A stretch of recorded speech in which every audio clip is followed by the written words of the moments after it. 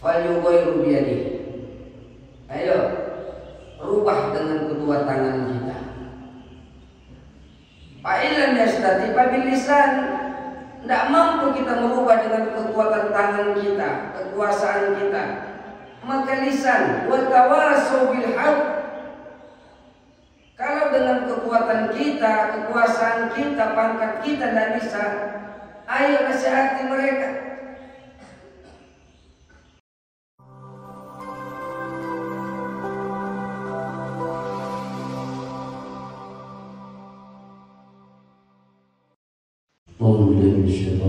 Bismillahirrahmanirrahim. Assalamualaikum warahmatullahi wabarakatuh. Alhamdulillahirabbil alamin, wassalatu wassalamu ala sayyidil mursalin sayyidina wa maulana Muhammadin sayyidil ghurril muhajjalin wa ala alihi wa sahbihi ajma'in. Amma ba'd. Faqala rabbi ishrah li sadri wa yassir li amri wahlul 'uqdatam min lisani yafqahu qawli. Subhanaka la ilma lana illa ma 'allamtana innaka antal alimul hakim. Subhanallah wa ni'mal wakil wa la haula wa la quwwata illa billahil aliyyil azim. Segala puja dan syukur kehadirat Allah Subhanahu wa taala atas segala limpahan rahmat dan nikmat yang Allah berikan. Mudah-mudahan dengan segala pemberian ini semakin meningkatkan ketakwaan kita kepada Allah Subhanahu wa taala. Amin ya rabbal alamin. Bersalawat salam kepada Rasulullah sallallahu alaihi wasallam. Allahumma shalli ala sayyidina Muhammad wa ala alihi wasallam alaihi. Mudah-mudahan salawat salam yang kita selalu bacakan berkenan beliau memberikan syafaatnya kepada kita. Amin ya Allah. Amin ya rabbal alamin. Bapak Ibu hadirin sidang jemaah salat subuh yang dirahmati Allah Subhanahu wa taala. Pada kesempatan ini kita berbicara sedikit tentang hadis Nabi, idza zahara zina wa riba fi qaryatin faqad ahalla azab Allah. Apabila zina dan riba itu telah nyata-nyata dilakukan, maka sungguh kita telah menghalalkan azab Allah. Artinya kita telah terima azab Allah Subhanahu wa taala. Saya angkat fenomena ini karena memang sekarang kita khususnya hampir-hampir sudah membiarkan kemaksiatan itu mekar di sekeliling kita, dan kita lebih banyak diam dan menonton. Maka ketika kemaksiatan itu sudah kita halalkan, dalam arti kata tidak ada tindakan kita, maka faqad ahalla azab Allah, maka sungguh kita telah menghalalkan azab Allah. Perbandingannya begini Bapak Ibu. Ada sebuah parit di depan rumah kita. Setiap orang melemparkan satu bungkus sampah setiap hari, dan kita melihat itu, kita diam. Lambat laun sampah itu akan menumpuk, menyumbat saluran air. Begitu hujan lebat datang, terjadilah banjir. Yang kena dampak banjir siapa? Apakah yang melempar sampah atau kita yang berada di sekitarnya? Ini yang terjadi sekarang. Mohon maaf, kita sudah sering bicara. Yang saya maksud satu, yang ada di simpang lampu merah. Dari kacamata kita bisa lihat bagaimana kehidupan mereka. Laki-laki perempuan tinggal dalam satu tempat, dan kita diam di situ. Kalau malam hari mereka menumpuk di depan ruko itu mereka minum tua di situ dan kita diam. Man ra'a minkum munkaran falyughayyiru biyadihi. Jika kalian melihat kemungkaran falyughayyiru biyadihi. Ada enggak tindakan kita? Diam. Bahkan semakin hari semakin ramai, semakin hari semakin ramai. Kalau kemarin ada 2 perempuan yang sekarang sudah 7 Pak. Dan kita sudah bicarakan itu dengan pihak ini tidak ada tanggapan. Kita diam. Maka lihat sekarang sudut sana, merubah warung tua di mana-mana, warung remang-remang di mana-mana. Kita diam Pak, kita bicara iman. Sementara di sekitar kita terjadi kemaksiatan, tumbuh mekar kemaksiatan, diam kita. Hati-hati kita. Begitu banjir datang, tidak sanggup kita menahan air. Mau pakai apa kita tahan? Pakai bulldozer menahan air itu datang. Ingat ketika terjadi tsunami di Aceh Pak, begitu air menggulung semua, tidak, bahkan kapal bisa mendarat di tengah daratan. Azab Allah itu tidak main-main.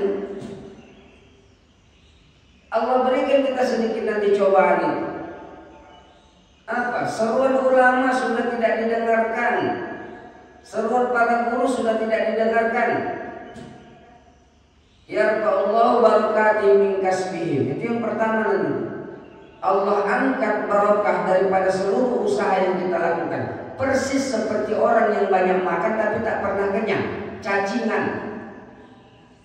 Ini yang kita khawatirkan, berkah itu hilang. Kenapa? Karena masing-masing pihak melakukan apa yang dia lakukan. Saya tidak peduli dengan orang lain lagi. Yang sholat saja, yang bekerja, terserah orang mau ngapain. Merisaukan mata Pak. Berangkat kita ke pasar Pangalengan, tidak jumpa kita yang demikian. Ke Tandul, Kabul, sampai Kasihkan tidak jumpa kita. Giliran kita di ujung batu. Semua kita mungkin melihat itu Pak. Semua kita melihat. Falyughayyiru biyadihi. Ayo, rubah dengan kedua tangan kita. Fa'ilam yastati bil lisan. Tidak mampu kita merubah dengan kekuatan tangan kita, kekuasaan kita. Maka lisan, wa tawasau bil haqq. Kalau dengan kekuatan kita, kekuasaan kita, pangkat kita tidak bisa, ayo nasihati mereka. Muslim mereka, Muslim. Pertama dulu sudah pernah ditindak. Pandai ngaji Pak. Membiarkan anak-anak kita yang tersesat jalannya, membiarkan mereka dengan segala bentuk kemaksiatannya. Kasihan anak-anak kita, kasihan, masih muda-muda.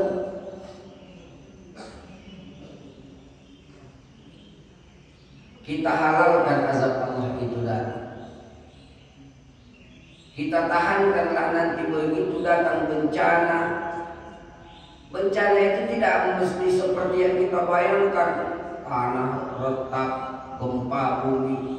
Banyak cara Allah memberikan bencana itu. Bukan azab itu, bencana itu. Yang paling parah itu kan Allah angkat keberkahan dari usaha yang kita lakukan. Tidak ada berkahnya lagi. Kita selalu menginginkan keberkahan dari Allah, tapi tidak kita jalankan apa yang Allah suruh. Memang menutup mata kita, menutup mata kebanyakan. Pagi-pagi mereka sudah di situ. Kita sibuk dengan aktivitas ibadah, kita sholat, kita sementara kita biarkan. Ini kita cerita karena kita ingin ada perubahan.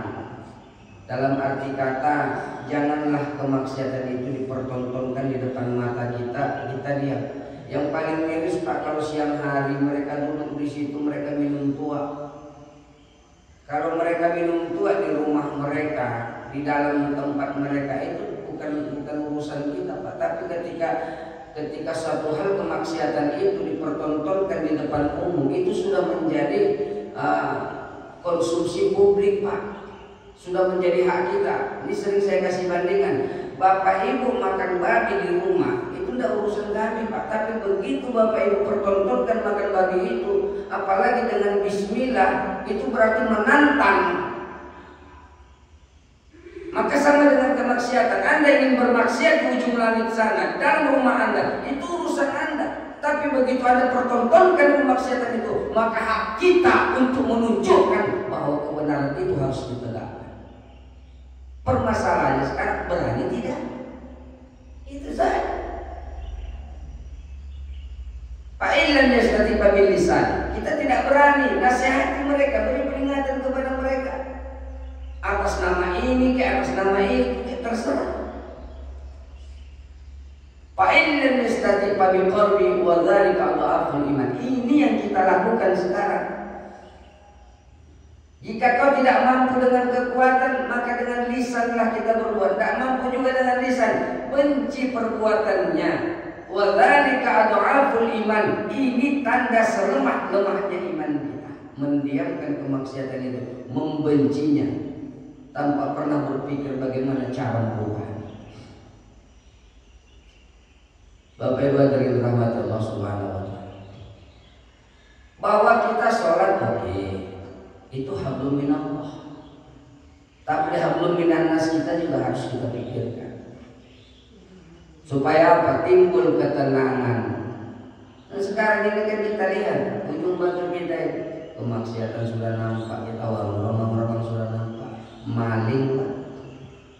Setiap sudut Honda lah hilang. Kemarin belum Pak, sore ini di Jalan Simpang Ngasuh Honda, pagi subuhnya SMP 5. Kemarin sudah ada berita bahwa pihak kepolisian telah berhasil menangkap. Berlanjut Pak seperti ini terus. Yang lucu kadang-kadang dia lebih senang lagi tinggal dalam sel daripada di luar sel. Kalau di luar sel dia tidak bisa cari makan, di dalam sel dia bisa ngirim keluarganya. Ini kadang-kadang lucu. Jadi lihat berita di kampung ini, HP hilang di kampung ini. Kemarin baru kami kejadian Pak, SMP Muhammadiyah yang ada di Tanah Datar, 6 gembok laptop kecil itu Pak hilang. Di panti asuhan itu 6 hilang. Sampai sekarang tidak tahu, belum ada laporan dan belum ada indikasi bahwa akan ada titik terang. Jadi kita hampir-hampir sekarang ini kejahatan, kemaksiatan berputar tiap hari di sekitar kita. Dengan keadaan kita yang terus-menerus begini, yang masing-masing pihak sibuk dengan aktivitasnya, ya sholat dia, yang maling dia, yang maksiat dia, seperti itu terus-menerus setiap hari. Coba kita lihat Bapak Ibu, cuaca kita sekarang ini tidak menentu, ya seperti itu. Jadi bagi kita di pihak yang mana sekarang?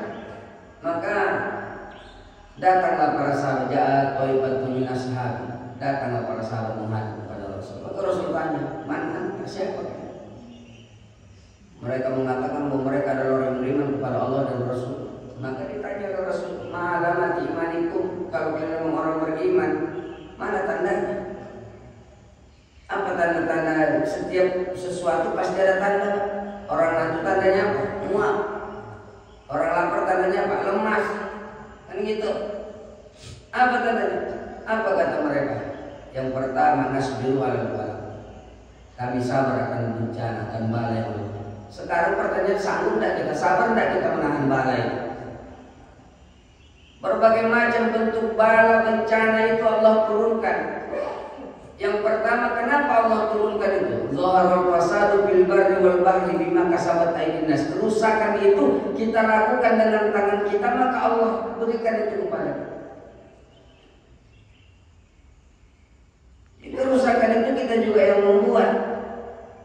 balasannya kita yang menerima. Seberapa kekuatan kita menahan bencana, bala dari Allah Subhanahu wa taala.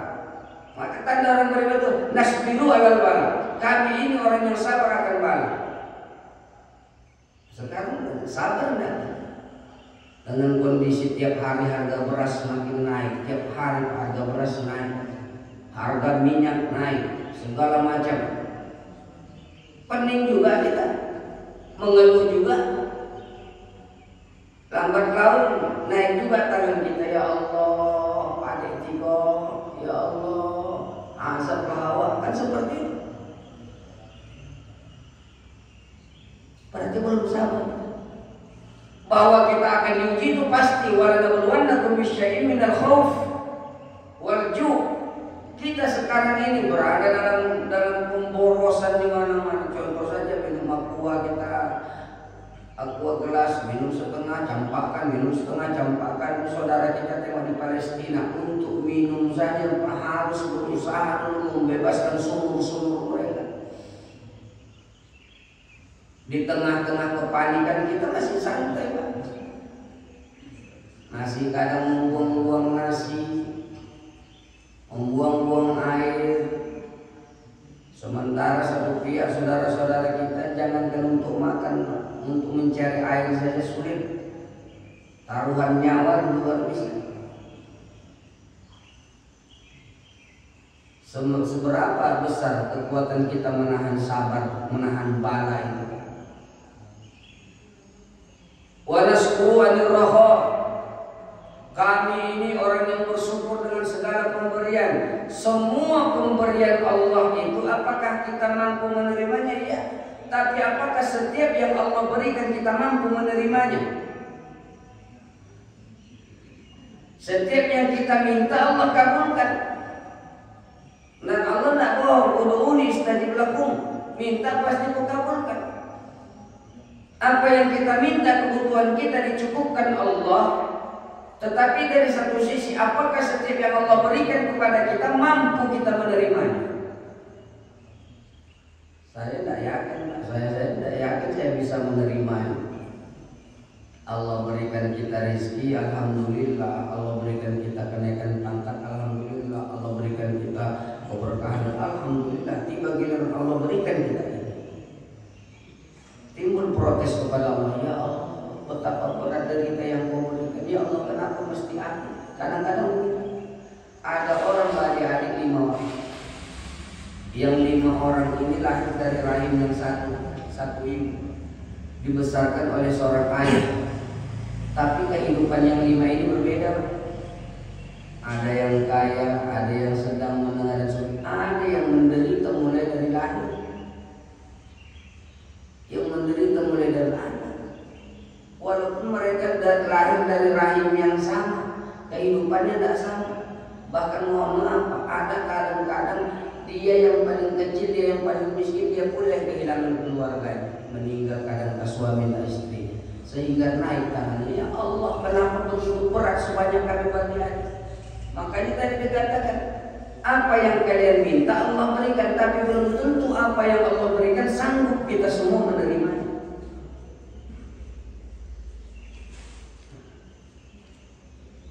Hadirin dirahmati Allah Subhanahu wa taala. Maka terkadang di situ timbul konflik iman dengan emosional.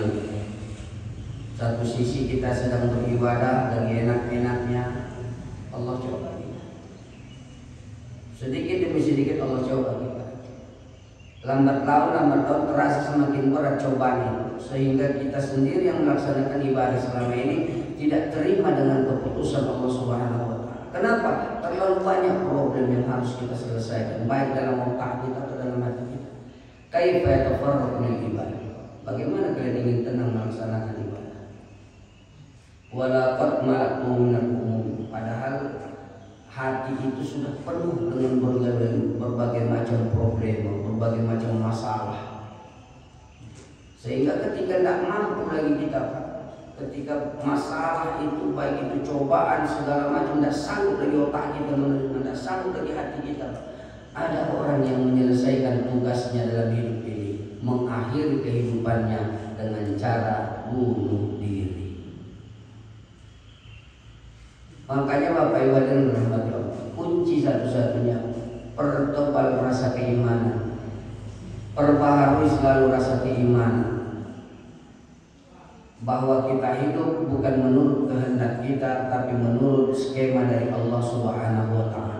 Bahwa kita manusia ini hanya dapat menjalankan apa yang Allah kehendaki, apa yang Allah berikan kepada kita. Bukan kita bersandar kepada takdir, kita punya pilihan. Fa'alhamaha fujuraha wa taqwaha. Itu pilihan kita, Pak. Mau baik mau buruk itu pilihan kita. Jangan salahkan Allah. Saya begini karena takdir, bukan. Itu pilihan kita, bukan takdir dari Allah. Kapan takdir itu berlaku? Takdir berlaku ketika kau kerjakan, itulah takdir. Pilihannya terserah kita. Kan bukan takdir kita tinggal di ujung batu. Begitu kita tinggal di ujung batu, itulah takdir. Cuma pilihannya seluas negara Indonesia, kenapa kita pilih ujung batu? Nah, itu kan pilihan. Hidup ini seperti itu, Pak. Bukan Allah arahkan kita nanti begini, begono. Tapi kita yang memilih. Mau beriman kamu, mau tidak, mau baik, mau buruk, terserah. Mau membiarkan maksiat merajalela di mana-mana, mau haram merajalela di mana-mana, terserah. Tapi besok pasti akan ada dampak yang akan kita terima, balasan dari Allah Subhanahu wa Ta'ala. Maka hati-hati kita dalam kehidupan ini. Terakhir, ingin menasihati diri saya sendiri dan menasihati kita sekalian. Bapak Ibu dirahmati Allah, kita yang sudah tua-tua ini, ayo coba merenung. Kita kalah, Pak, dengan orang-orang yang masih di bawah kita, yang usia 30 tahun ke bawah atau yang usia 40 tahun ke bawah. Kalah kita. Dari segi tenaga kalah kita, dari segi fisik kalah kita. Kita sudah mulai berangsur-angsur, Pak. Sudah banyak Allah berikan tanda-tanda respect, Pak. Tengah malam Allah buat kita batuk-batuk, penyakitan. Tengah malam terjaga kita dari tidur. Allah ngajak kita untuk datang kepada Allah, Pak, untuk ibadah. Ketika tengah malam tiba-tiba kita terbatuk, terbangun, jangan cuma ke kamar mandi, Pak. Ayolah mulailah ibadah itu. Walaupun ibadah itu bukan berarti kita yang paling alim, kita yang paling baik. Setidaknya itu adalah warning dari Allah, peringatan dari Allah. Ini kan kita mulai, Pak. Saya sekarang sudah dibantu dengan ini, Pak. Kalau tidak dibantu dengan ini udah kacau saya melihat. Udah mulai sadar kita. Apa amal yang kita lakukan? Sudah banggakah kita dengan sholat yang kita lakukan? Subuh, zuhur, asar, maghrib, isya itu yang kita banggakan. Sekali lagi saya tekankan, Pak, kita sholat itu bukan karena kita paling mulia di antara orang yang lain. Bukan. Sholat yang kita lakukan itu bukan berarti karena kita orang yang paling baik di antara orang yang lain. Tapi sholat itu karena memang kita menganggap kita butuh kepada Allah, dan itu adalah perintah Allah Subhanahu wa Ta'ala. Kalau cuma mengandalkan itu saja kita beribadah, Pak, alangkah malamnya kita nanti pulang ke rahmatullah. Dalam pengadilan Allah timbul pertanyaan itu.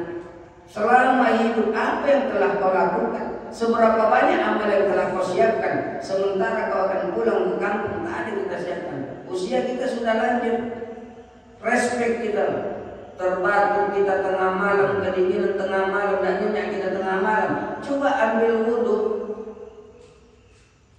sholat di situ. Mau sholat apa terserah, mutlak boleh, tahajud boleh, witir.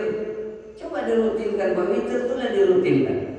Habis sholat isya takut nanti malam nak terbangun, laksanakan witir itu. Habis sholat isya, coba rutinkan dulu itu. Biar ada setidaknya ada sedikit amalan kita. Amal itu tidak perlu banyak, tapi sedikit, walaupun sedikit tapi continue dilakukan terus menerus. Kita yang tua ini, terutama kita yang sudah 40 tahun ke atas, sudah banyaklah tanah yang kita langkah, sudah banyak nasi yang kita makan, asam garam yang kita rasa. Apalagi masih sibuk dengan dunia. Kadang-kadang kita kasihan, pagi-pagi sudah ke pasar, orang azan, tidak peduli ini. Kasihanilah diri kita, itu maksudnya. Kasihani diri kita. 2 rakaat jangan tinggalkan dulu, supaya tenang kehidupan kita, supaya tidak carut marut, supaya tidak kebingungan kita di dunia ini, Pak. Hidup di dunia ini kan mencari jalan kita.